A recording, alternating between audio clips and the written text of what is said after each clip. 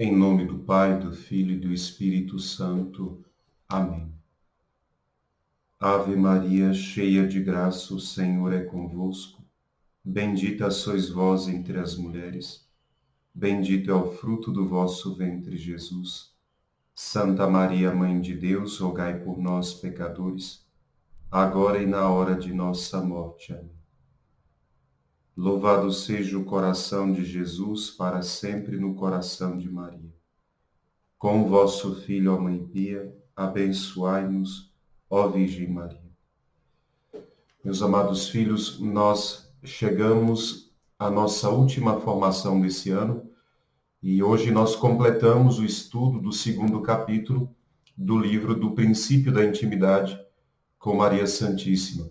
Princípio da Vida de Intimidade com Maria Santíssima, do Padre Júlio Maria. Na nossa última formação, nós meditamos acerca do crescimento das virtudes em Nossa Senhora e a preparação e a proporção desse crescimento na graça. Como se deu esse crescimento? Hoje, nessa última parte do segundo capítulo, nosso autor, o Padre Júlio, ele vai meditar acerca da plenitude de universalidade desta graça, né? O conhecimento de Maria e as chamadas graças gratuitas. São esses 3 capítulos que nós vamos meditar nessa última formação. Isso tudo é complemento daquilo que nós vimos na formação anterior. Sobre a plenitude da graça, plenitude da universalidade da graça, o que o Padre Júlio vai analisar exatamente é a extensão das virtudes de Nossa Senhora, dos seus privilégios, ou seja, o quanto ele é grande, né, e até onde ele abarca, até onde ela abarca essa plenitude da universalidade. Como princípio, para a sua análise, o Padre Júlio diz que todo o favor, toda a graça que alguns santos receberam de forma particular, foram mais nobre e mais perfeitamente concedidos a Nossa Senhora. Então, tudo aquilo que os santos receberam de graça, Nossa Senhora recebeu todas essas graças na sua plenitude. E como segundo princípio, ele diz que reconhecer em Maria toda a perfeição que é devida ou que é conforme a sua dignidade é necessário.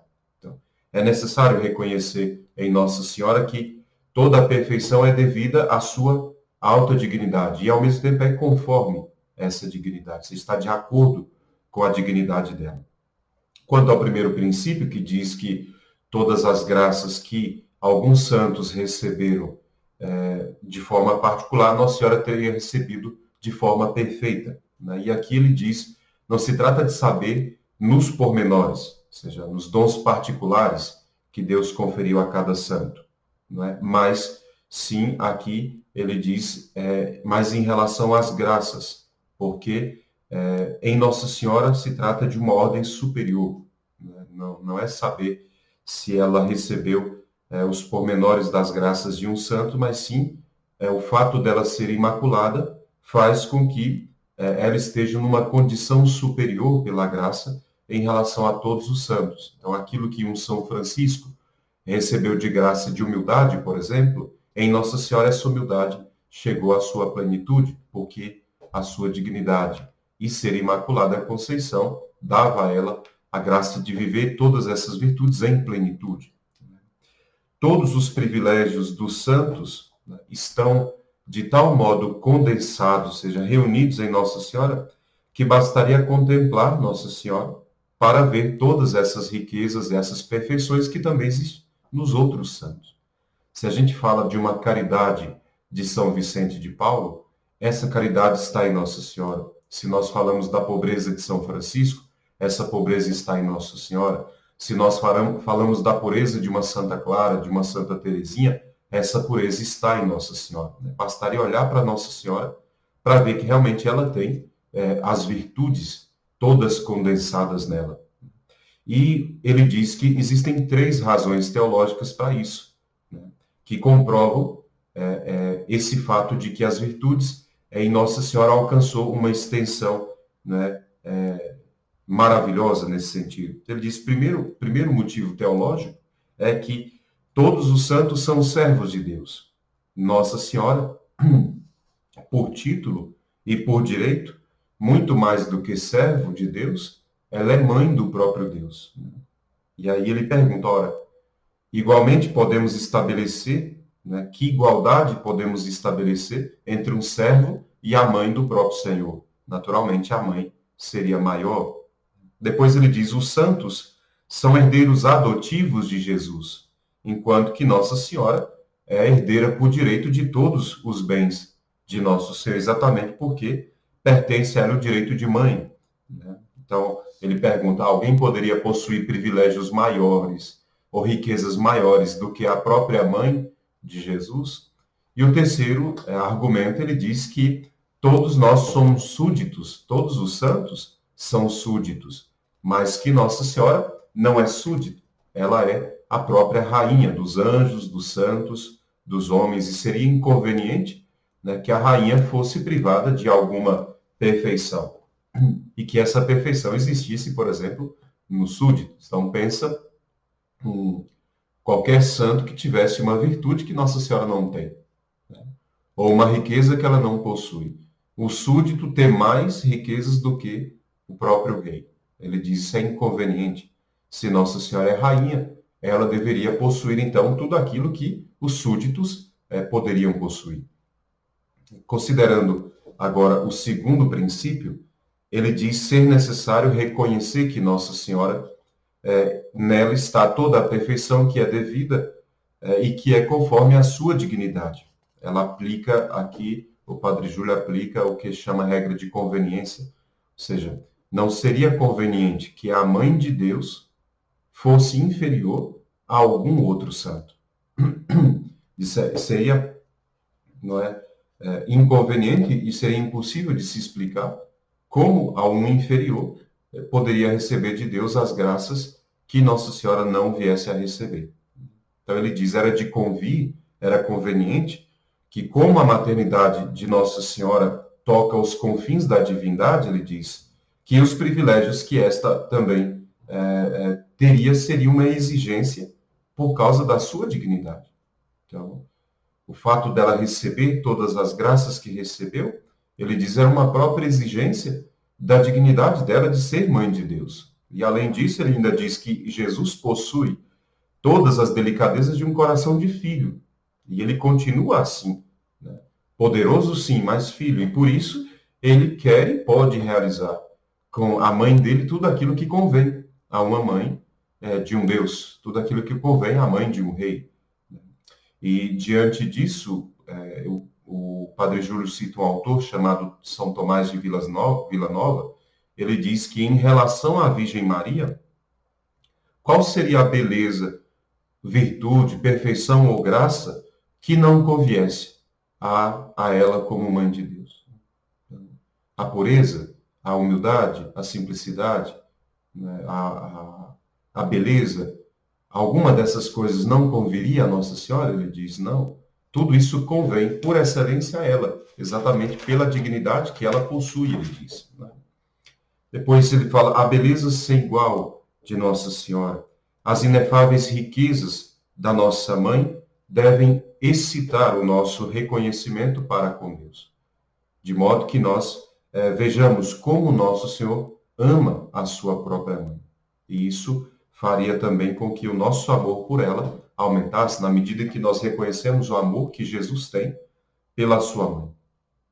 E em seguida, então, o Padre Júlio, ele entra na consideração dos pormenores, dos diferentes dons, né, com os quais o céu abençoou e ornou o corpo de Nossa Senhora e a alma de Nossa Senhora. E ele começa falando, então, agora no capítulo 20, acerca desse conhecimento de Nossa Senhora.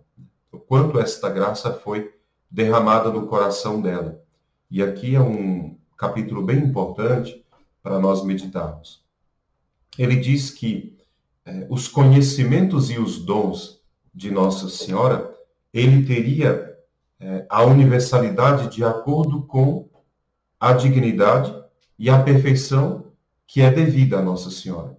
Então, para entrar nesse assunto, ele diz, né, do conhecimento de Nossa Senhora, ele apresenta dois princípios que ele diz que resumiria a teologia moral em relação a esse tema do conhecimento de Nossa Senhora, ou seja, que tipo de conhecimento Deus teria permitido a ela, né? Que tipo de conhecimento ela pôde ter acesso.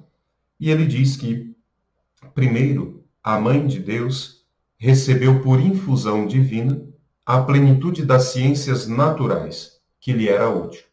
Então, tudo aquilo que Nossa Senhora precisava conhecer naturalmente, das coisas naturais, das pessoas humanas, das coisas mesmo, tudo isso ela teria recebido como infusão da graça de Deus, para que ela pudesse ter uma conduta prudente, né, sábia, e ter uma compreensão das Sagradas Escrituras e dos mistérios da fé.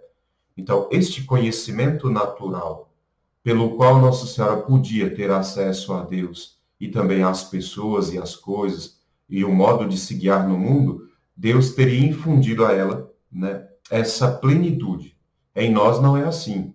O nosso conhecimento é limitado, né, e nós podemos ir pela graça aumentando, buscando conhecer, mas às vezes ele nos limita, porque o pecado ele tem esse poder de obscurecer o espírito, o discernimento, e às vezes nós não sabemos que decisão tomar, o que fazer. E como segundo princípio, ele diz que jamais houve na inteligência de Nossa Senhora algum erro positivo, ou seja, algum erro voluntário, algum erro que ela viesse a cometer por falta de um juízo reto ou um discernimento claro. Ele diz jamais Nossa Senhora fez algum juízo, algum julgamento infundado, como nós muitas vezes fazemos. Não conhecemos o todo e aí julgamos por aquilo que nós vimos. Nossa Senhora jamais teria feito isso, como também jamais teria havido no coração dela algum desejo desregrado. Alguma coisa que ela fizesse por pura paixão. E depois ela soube sempre tudo o que era conveniente saber. Então, aquilo que era necessário e conveniente que ela soubesse para ser a mãe de Deus, o Padre Júlio Maria diz, ela teve acesso a esse conhecimento e Nosso Senhor teria dado a ela esse conhecimento. Para compreender a extensão, então, ou seja, até onde esse conhecimento dela chegou, ele deve dizer que o conhecimento natural se distingue quanto ao objeto, somente quanto ao modo de conhecer. Então, eu posso conhecer estudando os livros. Isso é o conhecimento natural. Então, ele só diferencia quanto ao modo.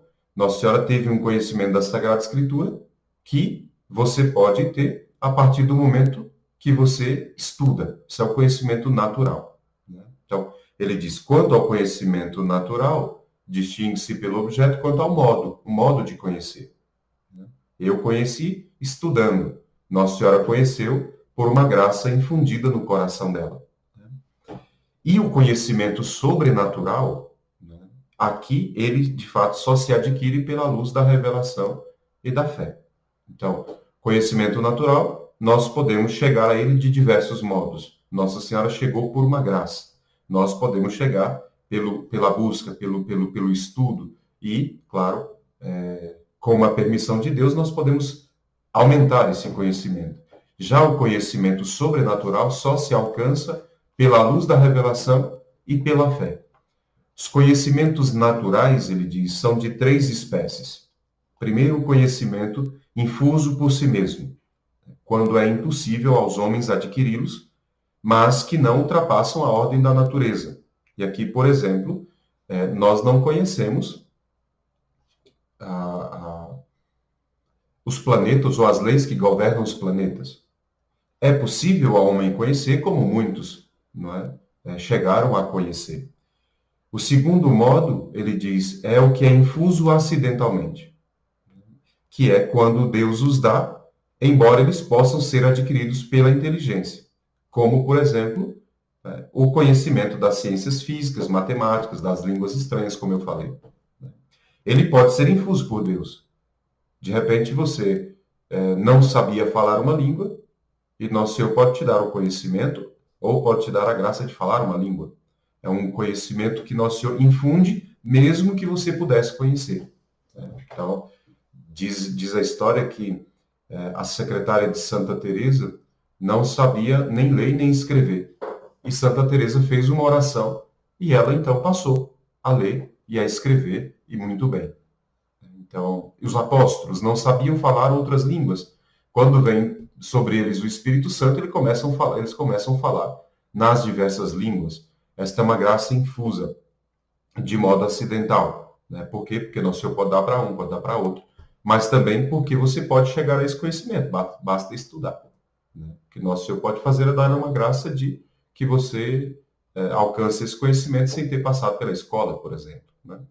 E o terceiro, ele diz, são os conhecimentos experimentais, para os quais a experiência é indispensável. E essa série de conhecimentos naturais, elas estão reunidas na humanidade de Nosso Senhor, todos. Seja os infusos por si mesmos, seja os infusos acidentalmente, e seja aqueles conhecimentos pela experiência, Nosso Senhor os tem todo. E esse, Nosso Senhor, por sua ciência puramente humana, seria absolutamente tudo na ordem natural. Então, Nosso Senhor reúne em si mesmo todo o conhecimento possível ao ser natural. A pergunta é se Nossa Senhora também encontrava nela esses conhecimentos. Seja o conhecimento infuso por si mesmo, né, quando é impossível aos homens adquirir, e aí ele precisa de uma graça, ou aqueles que Deus pode dar para que você cumpra uma missão ou aprenda alguma coisa, e também aqueles da experiência.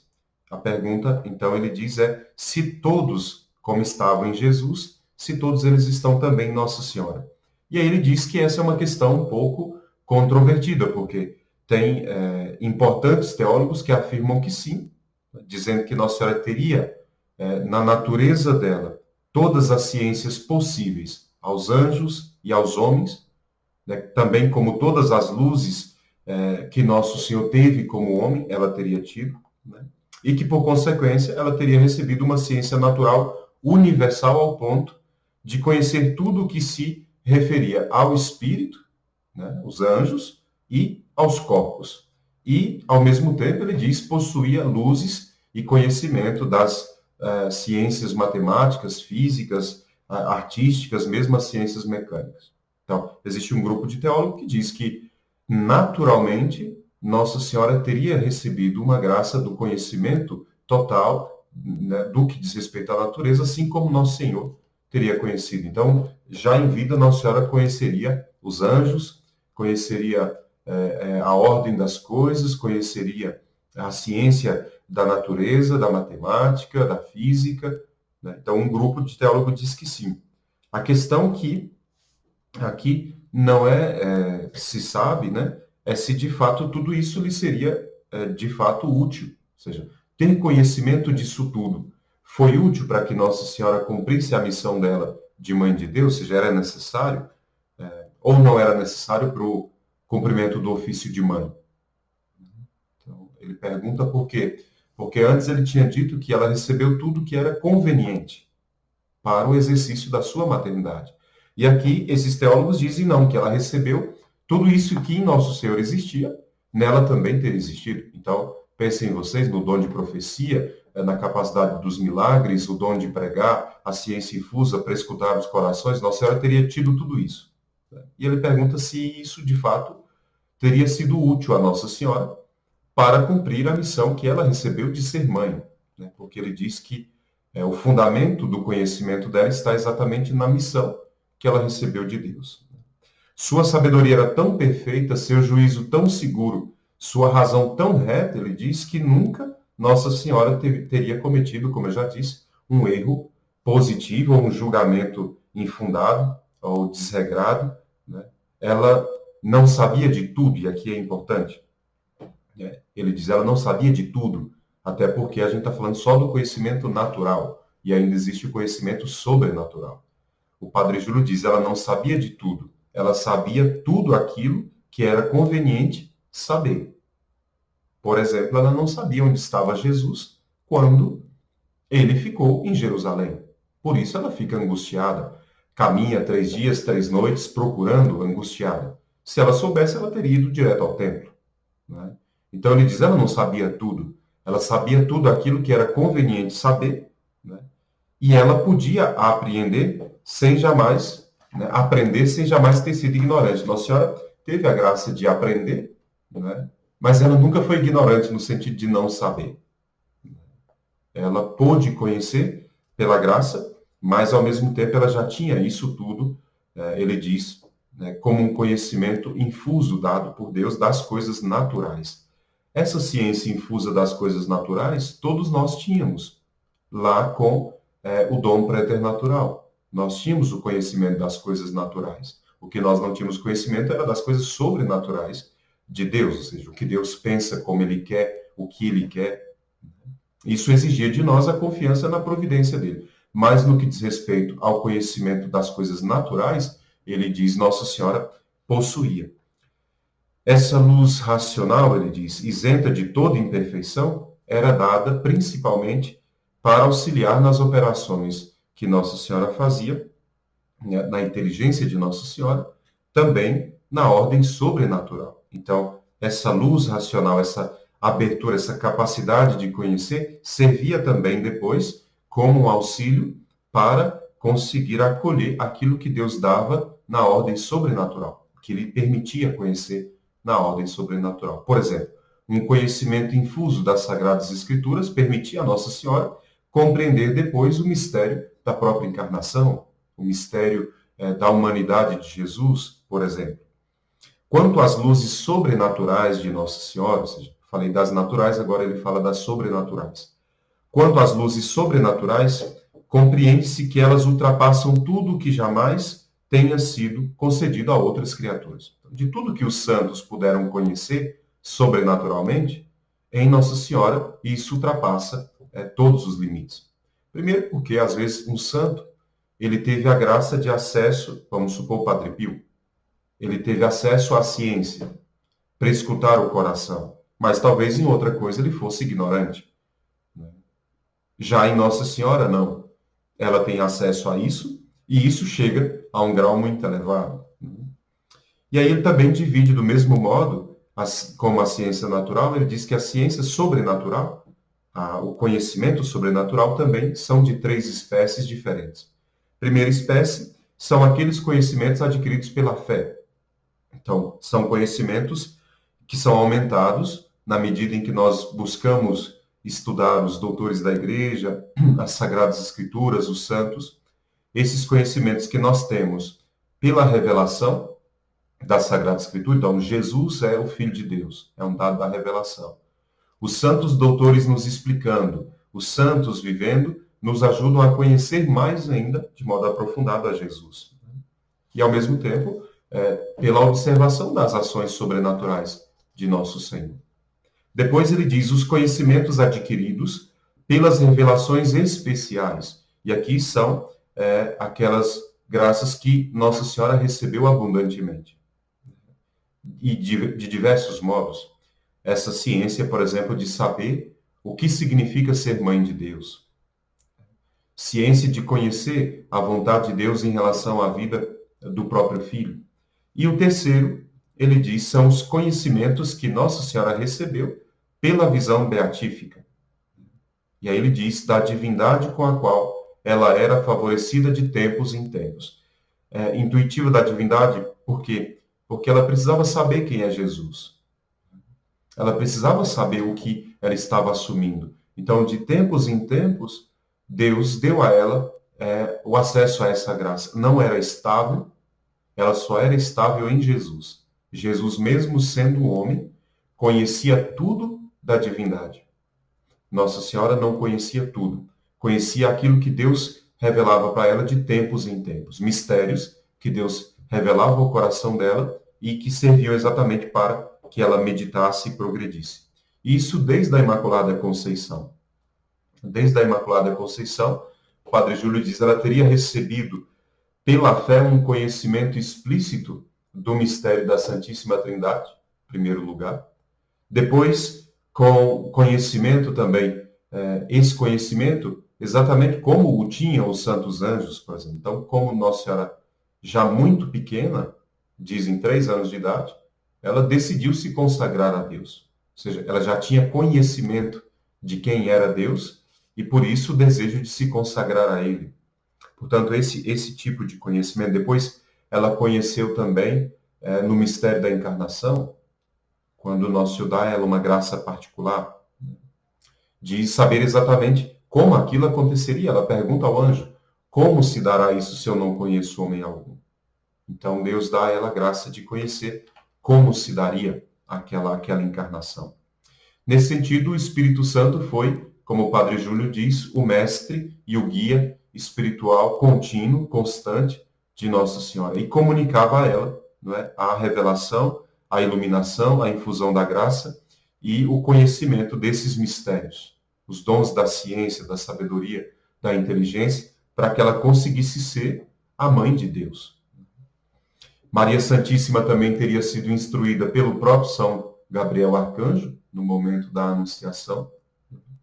E outro grande meio pelo qual Nosso Senhor fez crescer em Nossa Senhora esse conhecimento foi exatamente a visão beatífica que ele concedia de tempos em tempos, né? E essas revelações especiais que ele fez de diversos modos a Nossa Senhora.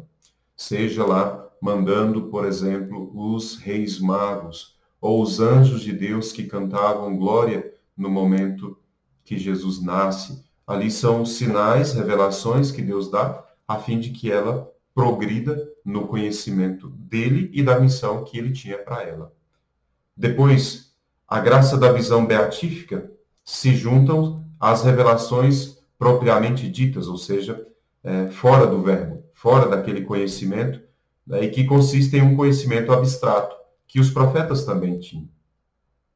Os profetas recebiam uma graça particular de penetrar numa determinada vontade de Deus e expressar ela para o mundo. Nossa Senhora também teria tido esta graça. Depois, esse benefício das revelações, indício e sinal do amor de Deus por nós, quando acontece também por ela, era também para ela uma certeza da familiaridade dela com Deus, ou seja, da proximidade dela com Deus. E, desde todo o tempo, Nossa Senhora partilhou aquilo que as almas mais elevadas vivem, essa intimidade, essa amizade com Deus. Depois da encarnação, em outras revelações, que são para nós também desconhecidas, né, e que muitos santos nos revelaram, por exemplo, dizendo que Jesus teria, de fato, quando ressuscitou, primeiro ido a Nossa Senhora e depois a Santa Maria Madalena. Não era conveniente que Jesus aparecesse a um discípulo e não aparecesse a sua própria mãe, por exemplo. Portanto, são esses e outros modos, como depois também na ascensão de Nosso Senhor. Nosso Senhor não deixou de visitar a Virgem Maria tantas e tantas vezes. Não é possível que Nosso Senhor tenha deixado a Virgem Maria na Terra durante 30 anos, depois da morte dele, e não tivesse vindo visitá-la. Mas aqui tem um aspecto muito profundo de Nossa Senhora que é para nós. Eu sempre digo, nós devemos guardar aqueles segredos de Deus com o nosso coração. Existem revelações de Deus que é só para nós, não é para sair distribuindo para todo mundo. E a gente acha que já tem que escrever aquela mensagem e passar para o mundo, que é uma mensagem para o mundo. Tem tantas mensagens de Jesus que é só para nós. A Bíblia não fala, por exemplo, mas quem não acreditaria que durante 30 anos Nossa Senhora, estando aqui na Terra, não teria sido visitada por Jesus? Isso é uma coisa quase impossível de se pensar. Portanto, ela com certeza recebeu essas graças, mas nós não sabemos, porque simplesmente ela as oculta, esconde, guarda, porque é a intimidade dela com o próprio Jesus. Isso é o capítulo 20. Depois, no capítulo 21, o último dessa parte, da segunda parte do livro, o Padre Júlio vai falar de uma coisa também muito bonita, que é as graças gratuitas dadas por Deus a Nossa Senhora. Toda graça de Deus, ela é gratuita, naturalmente, mas existem algumas graças que são fruto da liberalidade de Deus. Deus dá simplesmente porque Ele é bom e quer fazer uma graça aos filhos dele. Nenhum homem merece a graça de Deus, isso é fato. Portanto, toda graça é gratuita. Essa categoria de graças, chamada de graças dadas, graças gratuitas, não é? Essas graças, elas são dadas não tanto para a nossa perfeição, mas para o bem e a utilidade das outras pessoas. Aqui são, por exemplo, os dons de profecia, os dons de língua, os dons de milagre, vários dons que Nosso Senhor nos dá, mas que para nós mesmos ele não serve. Ele é para o bem das almas, né? E aí nós exercemos a nossa missão de acordo com essas graças e Deus age na vida das pessoas. Por que eu digo sempre em relação aos talentos que nós temos? Às vezes eu não tenho o dom de profecia, acho muito bonito. Mas e se eu tiver o dom, por exemplo, de prescutar os corações? Eu deveria utilizar aquele dom para levar as pessoas pelo conselho a um caminho mais adequado. Então, tomar muito cuidado. Deus dá a quem Ele quer, quando quer, como Ele quer. E Ele pode dar para um 10 graças grátis, né, dada, ou Ele pode dar para outro um. Aqui é muito claro aquela passagem dos 10 talentos. Para um, Ele deu um, para outro deu 10. Pode ser que você tenha um santo que ele teve a graça de fazer milagre, de conhecer o coração das pessoas, de ser profeta e tudo mais, né? Mas aqui, como eu disse, são graças, fruto da liberalidade de Deus. Ele dá, como ele quiser. Pode dar para uma pessoa, eu posso achar que aquela pessoa não tem dignidade nenhuma. Aquela pessoa pode até, às vezes, cometer um pecado. Deus deu aquela graça para ela utilizar para o bem da obra dele. E se aquela pessoa não utilizar bem, depois ele vai cobrar dela. Mas eu não posso criticar Deus porque Deus deu para ela e não deu para mim. Porque ninguém pode impedir Deus de amar aqueles que ele quer amar. O certo é que para todos ele deu alguma coisa. E essas graças, como eu disse, elas servem aos homens, não tanto para a santificação, mas às vezes para a pregação do evangelho, para converter as almas, para salvar as almas. E em Jesus, claro, naturalmente, elas estão todas reunidas. Jesus tem o dom de ensinar, de fazer milagre, de conhecer os corações. Jesus pode ressuscitar o morto. Em Jesus estão todas. E em Nossa Senhora, elas estão mais presentes do que em todos os santos. Maria possui, de São Tomás, na Suma, em hábito, ou seja, na prática, todas as graças gratuitas. Todas. Dom de fazer milagre, dom de ensinar, dom de pregar, tudo isso. E possui em uso as que eram convenientes à sua consideração, em consideração à sua função de mãe. Então, em hábito, Nossa Senhora possui todas, né? Ou seja, nela existem dom de milagre, dom de tudo. Em uso, ou seja, ela fez uso, né, daqueles dons, daqueles talentos que eram necessários para cumprir a missão dela de mãe. Então, vocês verão que, por exemplo, na Bíblia não fala que Nossa Senhora tenha feito alguma pregação. No entanto, se ela fosse fazer uma pregação, essa pregação teria o efeito. Não se fala, né, que Nossa Senhora tenha feito antes da vinda de Nossa Senhora nenhum tipo de milagre. Mas desde Imaculada, ela já poderia fazer milagre, né? Portanto, existem todos os talentos nela que existem, e existem aqueles que ela utilizou. E tais graças, essas graças grátis, graças gratuitas ou graças dadas, como são chamadas, o Padre Júlio classifica elas também em 3 gêneros de graça. Primeiro, seria o conhecimento. Segundo, seria a palavra. E terceiro, seria a operação, a ação. As graças gratuitas, que se referem a uma luz posta sobrenaturalmente na alma, são as mais numerosas em relação ao conhecimento, que pode ser a sabedoria, a ciência, a profecia, discernimento dos espíritos, né? Em certo sentido, a interpretação do discurso. Ter discernimento quando uma pessoa fala e saber exatamente o que ela está querendo dizer, mesmo quando ela não diz. Ter a graça de discernir o que está saindo da boca de alguém, as intenções, os desejos do coração de alguém. Em relação ao conhecimento, existem muitos tipos de graça, né? De todas essas graças, ele diz, Nossa Senhora foi repleta. Então, ela tinha a graça da sabedoria, da ciência, da profecia, do discernimento.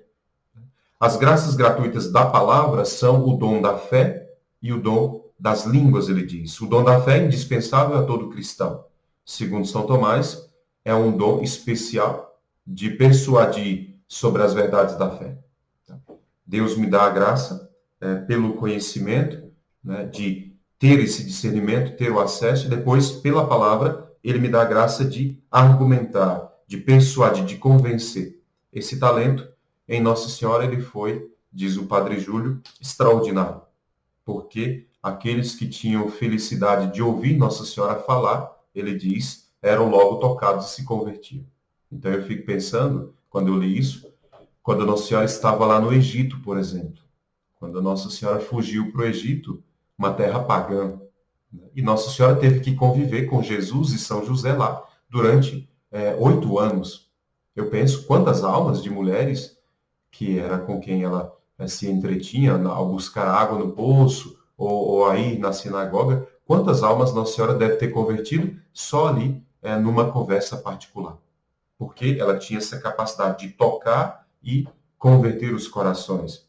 Quanto ao dom das línguas, muitos teólogos, como um teólogo famoso chamado Francisco Soares, ele diz que ela o possuiu, porque era um dom útil e necessário a ela. Por exemplo, como eu disse, quando ela fugiu para o Egito, ela tinha que falar outra língua. Ou, por exemplo, quando ela recebe a visita dos magos do Oriente, ela precisava conhecer. E depois da ascensão de Nosso Senhor, Nossa Senhora precisava ter acesso e conhecimento das línguas. Quanto ao dom das línguas, então, ela teria sim possuído, porque ele era útil. Na verdade, ele fala isso na página 190, na verdade era imensa a consideração de que a Virgem Maria gozava entre os primeiros cristãos. Os fiéis convertidos pela voz dos apóstolos, tantas vezes vinham a Nossa Senhora exatamente para a consolação, para contemplar, para partilhar, para ouvir Nossa Senhora. Então, pensa, aquele tanto de gente que os apóstolos convertiam de outras cidades, de outros países, de outras regiões, e vinham a Nossa Senhora, e ela precisava orientá-los. Portanto, esse dom também ela teria recebido. Eu sempre fico pensando e pedindo a Nossa Senhora esta graça de conhecer mais línguas, né? Ter a graça de ter acesso a outra pessoa que não fala a minha língua. Porque é impossível que para Deus exista esse bloqueio, não há. Esse bloqueio é do coração humano. Então, Nosso Senhor pode abrir o nosso coração para falar outras línguas e, falando outras línguas, levar o conhecimento dele a outros corações. Nós não podemos nos privar disso. Quem tem possibilidade de estudar outras línguas, estude. Mesmo que você pense que nunca vai utilizar, não importe, estude. Nosso Senhor sabe como utilizar os talentos que nós temos. E se Ele quer, Ele mesmo nos ajuda a fazer mais fácil. Eu lembro quando cheguei em Roma, eu não sabia falar italiano e fui para uma missão de estudar durante 2 anos e meio, um mestrado, e eu não sabia falar. E passei 40 dias rezando, estudando e rezando, e em 40 dias, quando eu terminei o curso, eu já conseguia falar. E quando fui fazer a primeira prova para entrar na faculdade, eles me liberaram, porque ela dizia, a secretária dizia, mas você já fala, não precisa fazer a prova de língua. Então eu sei que ali também Nosso Senhor me deu uma graça, né, de abertura de coração suficiente para poder aprender mais rápido. E isso também Nosso Senhor pode nos dar, sempre de acordo com a nossa missão, é claro. Em relação às graças gratuitas que dizem respeito à ação, ou seja, à operação, falamos do conhecimento, da palavra, e agora da ação exterior ou interior, ele diz, né, que são, por exemplo, as graças de saúde, os milagres, o dom de milagres. Uma forma que nós podemos agir exteriormente para o bem das almas, ele diz. Maria Santíssima fez milagres? Ele pergunta. E aqui, essa pergunta também é um pouco controversa, porque muitos dizem que sim, que Nossa Senhora teria feito milagres. São Tomás, ele nega. Ele diz que o uso dos milagres não convinha a Nossa Senhora enquanto ela vivia, porque naquele tempo os milagres deveriam confirmar a doutrina de Jesus. Então, Jesus estava querendo que aqueles que o vissem reconhecessem o Pai. Então, ele ressuscitava os mortos, curava os doentes, salvava os leprosos, da sua doença. E tudo isso era para manifestar o poder de Deus e o conhecimento de Cristo, para que a humanidade visse e acreditasse. Então, São Tomás diz, naquele momento, não é, só Cristo e os apóstolos convinham fazer milagres, para não confundir. Quando São Pedro faz o milagre, por exemplo, de levantar um moço que era paralítico, as pessoas começam a falar, mas de onde vem esse poder? Tudo isso. Não fomos nós que fizemos. Foi em nome de Jesus que esse homem foi curado. Foi em nome de Jesus que fulano foi libertado da morte. Exatamente porque o milagre tinha essa função de certificar a fé em Jesus. Portanto, os apóstolos não queriam de forma nenhuma que fosse para si. Se Nossa Senhora começasse a fazer milagres com o poder que tinha sido dado a ela, as pessoas a tomariam como um Deus, ou a confundiriam com Jesus. E Nossa Senhora não é uma divindade, ela é uma humana que alcançou as graças. Portanto, ele disse que não. Santo Alberto Magno, Santo Antonino e outros doutores da Mariologia, eles acreditam que Nossa Senhora teria feito milagres. Teria feito milagres. Diz, não é? Teria feito milagre depois da encarnação até a ascensão de Jesus. Eles dizem, talvez ela não tivesse, né? Talvez ela não tivesse, sobretudo em público, feito algum milagre. Então, até a ascensão de Jesus, eles dizem, talvez Nossa Senhora não tivesse feito. Mas depois da ascensão, depois que Nosso Senhor subiu ao céu e as pessoas estavam ali, precisavam acreditar, precisavam satisfazer as suas aspirações, Nossa Senhora teria então, depois da ascensão, quando ela está com os apóstolos, quando ela deve organizar a igreja, ele diz, esses doutores dizem, ela teria feito milagres necessários, né, para satisfazer as aspirações da bondade dela. Então, pela maternidade dela, ela vendo um coração sofrido, né, Nossa Senhora teria curado o coração de alguém. Ou vendo alguém necessitado do conhecimento, Nossa Senhora teria agido ali em favor daquelas almas. Tudo, ele diz, por conta da inclinação da sua misericórdia materna. Então, ela teria usado desses poderes que Deus deu, dessas graças gratuitas que Deus deu, exatamente para o bem dos filhos, sempre assim. Por que ela não precisava fazer milagres antes da ascensão de Jesus? Porque ele próprio fazia. O próprio Jesus fazia. E ela era mãe dele, né, especificamente. Quando Jesus vai para a cruz e entrega a humanidade inteira nas mãos de Nossa Senhora, ela se sente obrigada a cuidar. E se para cuidar ela tivesse que fazer um milagre, então naquele momento ela teria utilizado do dom de milagres. Eu sou de acordo com esta posição desses santos doutores. Porque eu acredito, e é isso que a nossa fraternidade prega, existe uma misericórdia materna. E Deus, com certeza, para que Nossa Senhora pudesse exercer plenamente a misericórdia, ele deu a ela todos os recursos. E os recursos dos milagres, Nossa Senhora também teria recebido. Como hoje, pedimos a ela uma graça de milagre e ela pode fazer. Portanto, era fruto da sua misericórdia. Depois, Jesus, Nosso Senhor, ele deseja que Nossa Senhora o revele para o mundo. Então, ele teria dado a ela esta graça de agir com os milagres, né, depois da sua ascensão. Nossa Senhora manifesta Jesus na encarnação e ele quer que ela também o manifeste depois da ascensão dele. Portanto, seria conveniente, esses doutores da igreja dizem, seria conveniente ela utilizar do dom de milagres. De todo modo, nós percebemos em Nossa Senhora todas essas graças. Portanto, a extensão dessas graças chega realmente a um grau ilimitado em relação a nós. Uma coisa é um santo ter tido o dom dos estígmos, por exemplo, Padre Pio. Né? Nossa Senhora foi traspassada na alma dela. Padre Pio foi traspassado no corpo, sofreu 50 anos. A dor de Nossa Senhora aos pés da cruz foi por todos os filhos. É uma espada da alma. Né? Nossa Senhora foi configurada a Jesus. E assim por diante. Portanto, a plenitude da universalidade, o conhecimento e a extensão dessas graças gratuitas em Nossa Senhora supera tudo aquilo que os santos alcançaram.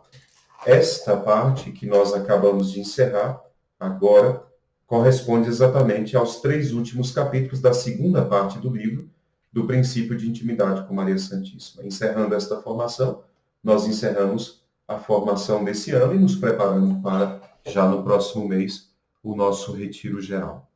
Queremos agradecer a nosso Senhor que nos deu força e paciência e perseverança para que nós meditássemos e preparássemos essas formações ao longo do ano. Vamos agradecer a ela, rezando a oração: Ó doce Senhora minha. Ó doce Senhora minha, dai-nos a vossa bênção, para não cairmos em tentação, pois toda feliz sorte está, Maria, em vossas mãos. Fazei, Senhora, que consigamos vossos filhos uma boa morte, a bênção do Pai, o amor do Filho e a graça do Espírito Santo estejam conosco, agora e para sempre. Amém. Louvado seja o coração de Jesus, para sempre no coração de Maria. Com o vosso Filho, ó Mãe Pia, abençoai-nos, ó Virgem Maria.